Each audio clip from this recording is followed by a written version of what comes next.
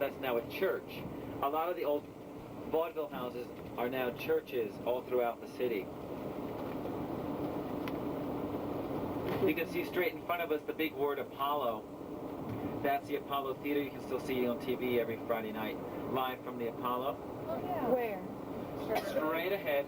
Okay. On the left. On the left. This is Harlem.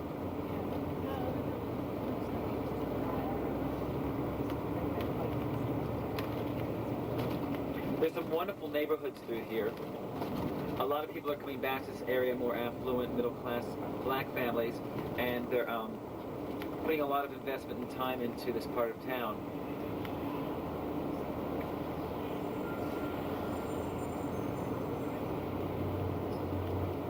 Almost, because the 1968 riots caused there was many fires in this area, and a lot of neighborhoods have not come back from that. But when you say Harlem, you can't just group it into one setting, because it's very varied and different from each group to another, from one neighborhood to another. But that's true of all of New York. You really have to know each block to know which is a good neighborhood, which is a bad neighborhood, which neighborhood is up and coming, all sorts of things. Here's the Apollo right here.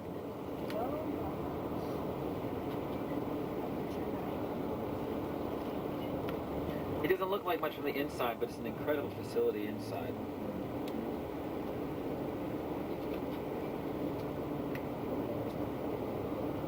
Many of these main avenues had outside street vendors selling things.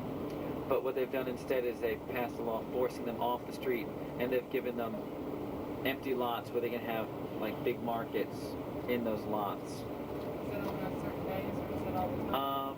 It's usually all the time, and more towards the weekends though, because they're street vendors, so they can kind of do what they want. There's no rule that you're getting counterfeit goods and not the authentic thing. They're everywhere.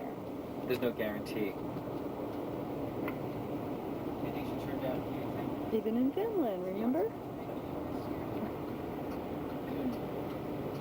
Because this was the neighborhood to move up to. This was the neighborhood with the newest buildings when it was built, and at that was the height of architecture, of putting a lot of detail into the buildings. But you can see, unfortunately, some of them are still burnt out.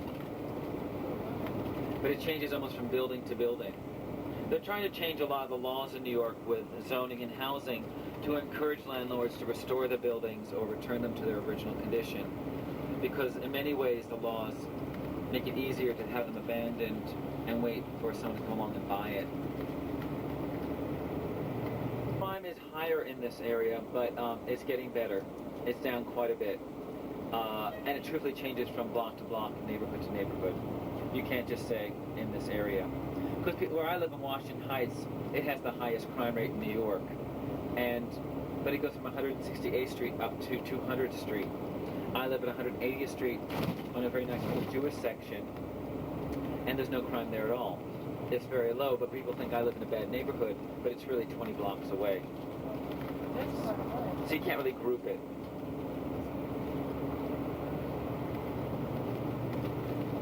Does each section of the area here have their own fire department systems? Yes, each neighborhood has their own fire department precinct and their own police precinct.